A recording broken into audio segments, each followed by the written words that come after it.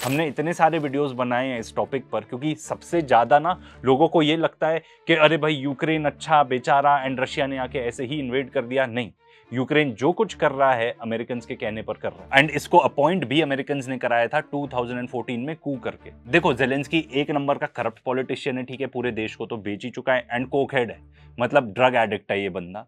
And ये चीज Zelensky की जो प्रेस सेक्रेटरी थी वही आके बता रही है। आपको आर्टिकल्स जो हम आगे दिखाएंगे वो आर्टी के हैं, पर ये सारी चीजें उन्होंने टकर कार्लसन के साथ एक पॉडकास्ट में बताई है।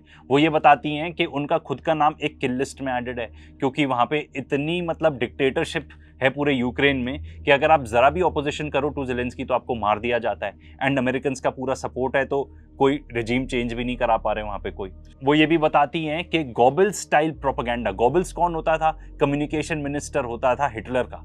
तो वो कह रहे हैं कि हिटलर टाइप प्रोपेगेंडा वो यूक्रेन में चलाता है। वो ये बताती है कि जेलेंस्की थ्राइव करता है वॉर पे, तो भाई वो क्यों चाहेगा कि खत्म हो? मतलब वो बेसिकली बहुत ज्यादा पैसे कमा रहा है इस सब चीजों से। एंड वो ये भी बताती है कि he is the biggest obstacle to peace today, मतलब वो चाहता ही नहीं कि ये खत्म हो वॉर, क्योंकि वो इतनी ज्यादा मनी लॉन्ड्रिंग करता है अपने लिए भी एंड अपने अमेरिकन दोस्तों के लिए भी।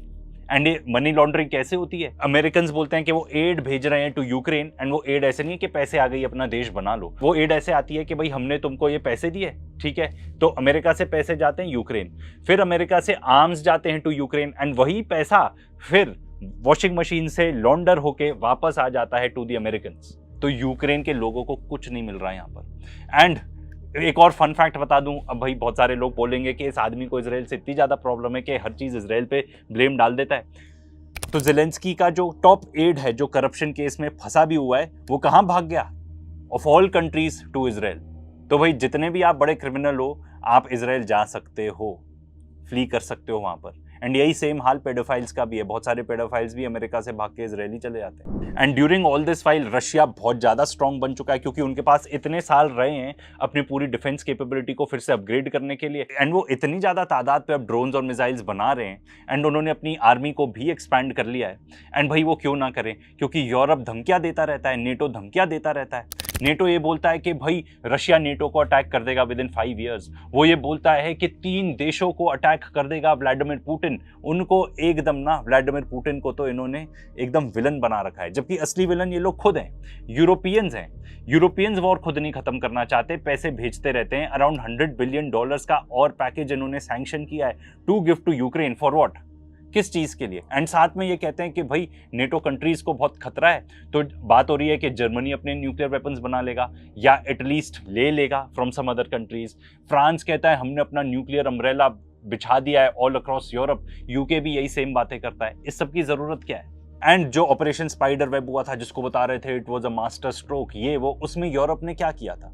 यूरोप ने जाके अटैक किया था रशिया के न्यूक्लियर ट्रायड को। न्यूक्लियर ट्रायड होता है मतलब 3 चीजें जिससे आप न्यूक्लियर वेपन्स डिप्लॉय कर सकते हो, सबमरीन से, एयरक्राफ्ट से या मिसाइल्स के थ्रू। तो इन्होंने जाकर जो रशियन बॉमर्स हैं जिनको हमेशा इन प्लेन साइट रहना होता है बिकॉज ऑफ अ ट्रीटी जो इनकी यूनाइटेड स्टेट्स ऑफ अमेरिका के साथ है, इन्होंने जाके उन बॉम्बर्स को ही अटैक कर दिया। तो ये सब सुन के अब रशियंस भी कहते हैं कि भाई हम क्यों पीछे हटे, अब तो हम जड़ को टारगेट करेंगे। जर्मनी में जो वेपन्स फैक्ट्री है ना वो हमारे लिए लेजिट टारगेट है।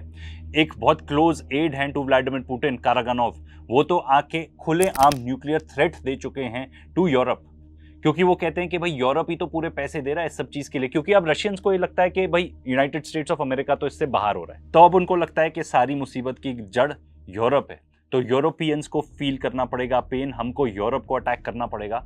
अब उन्होंने एक बार बोला कि हम न्यूक्लियर बॉम्ब से अटैक करेंगे यूरोप को, फिर उन्होंने थोड़े वॉक बैक कर लिए ये कमेंट्स एंड उन्होंने बोला कि हमारे पास अब जो वेपन्स हैं बहुत प्रिसाइसली हम यूरोप की वेपन्स फैक्ट्रीज को टारगेट कर सकते हैं।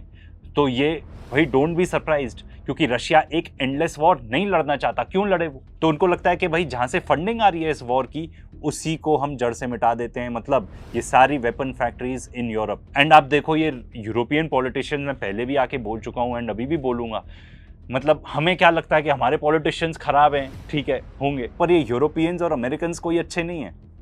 ये तो वहाँ पे अच्छी लाइफ है लोगों के पास क्योंकि पहले उन्होंने इतना लूट पाट के अपने देश अच्छे से बना लिए थे एंड वहाँ पे उतनी ज़्यादा पॉपुलेशन नहीं है जैसे हमारी।